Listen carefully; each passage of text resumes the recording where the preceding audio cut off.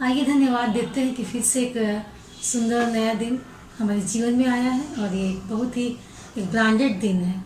जी हाँ, आज हम देखते हैं कि परमेश्वर हमसे क्या बात करना चाहता है। हम देखते हैं शाश्वत परमेश्वर के बारे में। जी हाँ, शाश्वत परमेश्वर आत्मा है और अवश्य है कि उसके भजन करने वाले आत्मा और सच्चाई से भजन करें। यूहन्ना 4:24 अध्याय। और परमेश्वर आत्मा है और हम उसे इस शारीरिक आंखों से नहीं देख सकते हैं। हम परमेश्वर को केवल अपनी आत्माओं के द्वारा देख सकते हैं, क्योंकि वह एक आत्मा है। आदम जिसे परमेश्वर ने रचा, वह परमेश्वर उससे बातें किया करता था और उन्होंने भी परमेश्वर को नहीं देख पाया। वह मात्र परमेश्वर की आवाज को सुनता था। पर बाइबल ऐसी बहुत से धर्मी जन का उल्लेख करता है जिन्हें परमेश्वर का दर्शन किसी न किसी माध्यम से प्राप्त होता है। मूसा ने परमेश्वर को देखने की इच्छा की। निर्गमन 33 अध्याय का 20 पद में पाते हैं कि फिर उसने कहा कि तू मूसा मेरे मुख का दर्शन नहीं कर सकता, क्योंकि मनुष्य मेरे दर्शन करके जीवित नहीं रह सकता। जी हाँ, यहाँ पाते हैं कि मूसा जो बहुत धर्मी इंसान था, वह परमेश्वर को नहीं देख सका, परंतु उसकी आवाज को सुना, उसकी उपस्थिति को, उसके तेज को महसूस किया। हमारा परमेश्वर आज अदृश्य है, उसे कैसे देखा जा सकता है? उस अदृश्य परमेश्वर को देखना कैसे संभव हो सकता है? प्रभु यीशु ने अपने उपदेश में कहा, मत्ती 5 अध्याय का 8 पद में, धन्य वे जिनके मन शुद्ध हैं, क्योंकि वे परमेश्वर को देखेंगे। हाँ जी हाँ, धन्य है जिनका मन शुद्ध है, क्योंकि वो परमेश्वर को देखेंगे। उनके पास परमेश्वर का ज्ञान उसके वचन के माध्यम से आत्मा में आती है और वो आपकी आत्मा से अपने शब्दों के द्वारा बातचीत करता है। व्यवस्था विवरण उसका 4 अध्याय 15 पद में पाते हैं कि पवित्र शास्त्र में बताती है कि परमेश्वर ने होरे पर्वत पर आग के रूप में दिखाई पड़ा। यहाँ हम पाते हैं कि परमेश्वर ने अपने तेजोमय रूप को मनुष्य पर प्रकट नहीं किया। वह मुख्य रूप से अपने शब्दों, अपने वचनों के द्वारा खुद को प्रकट करते रहे।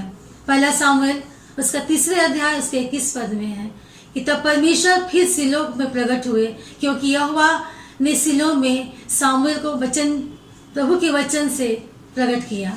जी हाँ, परमेश्वर सर्वव्यापी है, सहज उपलब्ध है। यदि आप ईश्वर को देखना चाहते हैं तो इधर उधर ना ताके, ना आकाश की ओर ताके, बल्कि उसके द्वारा प्रकट किए गए, उसके द्वारा बोले गए वचनों में देखे।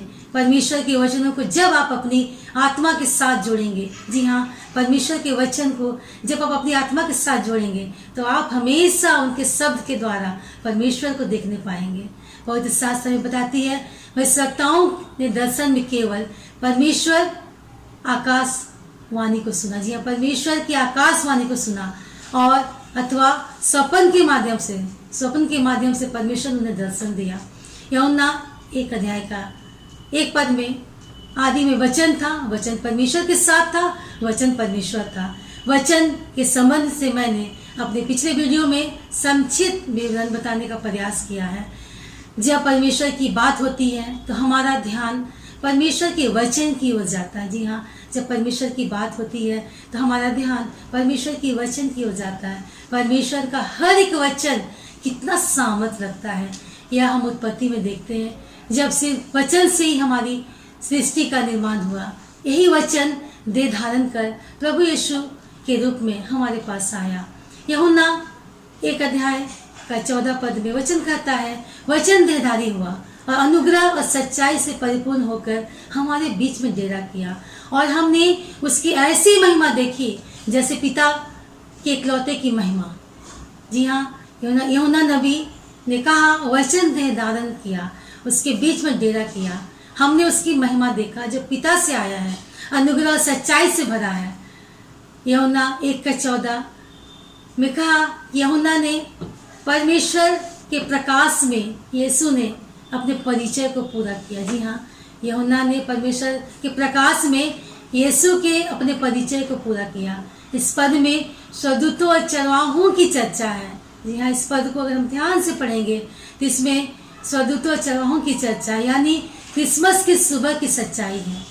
आज 2021 वर्ष आज आ गया है। जी हाँ, ये हमारा 2021 साल चल रहा है और इस साल के पहले वास्तव में क्या हुआ। जी हाँ, इस साल के 2021 साल के पहले वास्तव में क्या हुआ, आज हमारे लिए इसका क्या महत्व है।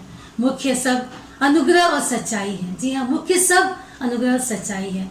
यूहन्ना 1:18 में हमें बताती है कि परमेश्वर को किसी ने कभी नहीं देखा। जी हाँ, यूहन्ना 1:18 हमें बताती कि परमेश्वर को किसी ने कभी नहीं देखा, उसके इकलौते पुत्र जो पिता की गोद में, उसी ने उसे प्रकट किया। जी हाँ, उसका इकलौता पुत्र जो पिता की गोद में, उसी ने उसे प्रकट किया। अगर कुछ पदों को देखेंगे हम इसी यूहन्ना 1 अध्याय का, तो हम कुछ बातों को देखते हैं कि यूहन्ना 1 अध्याय का 1 से 2 पद में और 6 पद में परमेश्वर कहता है कि मैंने कहा। जी हाँ, इसमें परमेश्वर हमारे लिए कुछ कर रहा है। जी हाँ, यूहन्ना पहले अध्याय का 1 से 2 पद और 6 पद में परमेश्वर कहा कि मैंने कहा। इसी प्रकार हम उसका पहला यूहन्ना का 1 का 3 पद को देखते हैं तो कहता है कि मैंने इसे बनाया। जी हाँ, मैंने इसे बनाया। और यूहन्ना 1 अध्याय का ही 4 और 5 पद को पढ़ते हैं तो इसमें परमेश्वर स्पष्ट करता है कि मैं इसे देखता हूँ। जी हाँ, यूहन्ना पहले अध्याय का 9 से 12 पद में हम पाते हैं कि मैं यहाँ हूँ। परमेश्वर कहता है कि मैं यहाँ हूँ। जी हाँ, और यूहन्ना 1 से 13 पद में हम पाते हैं कि मैं इसे देता हूँ। जी हाँ, मैं इसे देता हूँ। और जिस प्रकार हमने पढ़ा यूहन्ना रचित सुसमाचार उसका पहला अध्याय उसके 14 पद में, उसमें कहा कि मैं हूँ। जी हाँ, वचन हमें बताती है, जी बहुत शास्त्र हमें बताती है कि सब परमेश्वर था, वह देहधारी के रूप में अपना अस्तित्व के रूप में इस संसार में आया, अर्थात वह अब इंसान के रूप में मौजूद है। जी हाँ, यह सच है कि परमेश्वर नासरत के यीशु बन गया और अपने पिता के गुणों को प्रकट किया और एक देह में परमेश्वर था। जब परमेश्वर का पुत्र यीशु इंसान बन के आया और मनुष्यों के बीच में एक जीवंत उपस्थिति, यीशु परमेश्वर का रूप था, बल्कि परमेश्वर स्वयं मानव रूप में था।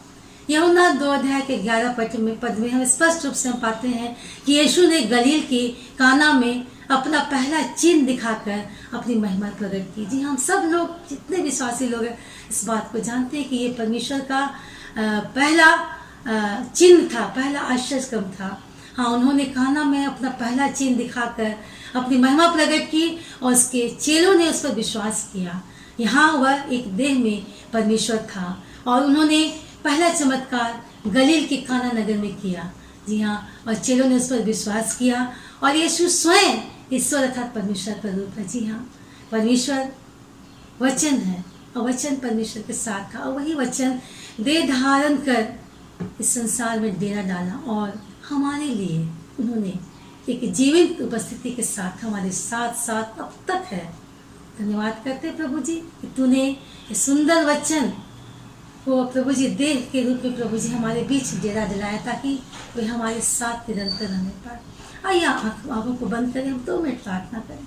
धन्यवाद करते प्रभु जी के सुंदर वचन, प्रभु जी उस वचन जो प्रभु जी एक शरीर में आकर के प्रभु जी हमारे साथ इस संसार में जीवित उपस्थिति के साथ रहा और हमारे बीच डेरा डाला और प्रभु जी हमारे सोच और विचार सब बातें प्रभु जी उनके महिमा के लोग में पाए।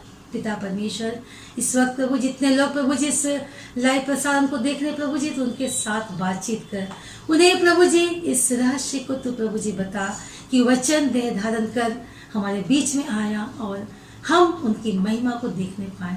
हाँ पिता परमेश्वर, तो निरंतर प्रभु जी हर एक बातों में तो हर एक लोगों के साथ होने पाए। इस भारतवर्ष को तेरे हाथ में सौंपते प्रभु जी, जबकि इस समय कोविड-19 के द्वारा एक प्रभु जी भयानक महामारी के रूप में प्रभु जी हम इंसानों को, हम मनुष्यों को प्रभु जी, हमारे भारतवर्ष को प्रभु जी परेशानियों में डाला हुआ है। पिता परमेश्वर, होने दे कि वो शैतान प्रभु जी यथाशीघ्र इस भारतवर्ष को, यहाँ के लोगों को छोड़ के जाने पाए और हमारा जीवन फिर से प्रभु जी संचालित होने पाए और अपने हर एक कार्य को हम कर सके और तेरे नाम की महिमा कर सके। धन्यवाद करते प्रभु जी, तूने हमारी प्रार्थना को सुना है। धन्यवाद के साथ प्रभु जी हम इस प्रार्थना को प्रभु यीशु के पवित्र मीठे नाम से मांगते हैं। आमीन आमीन।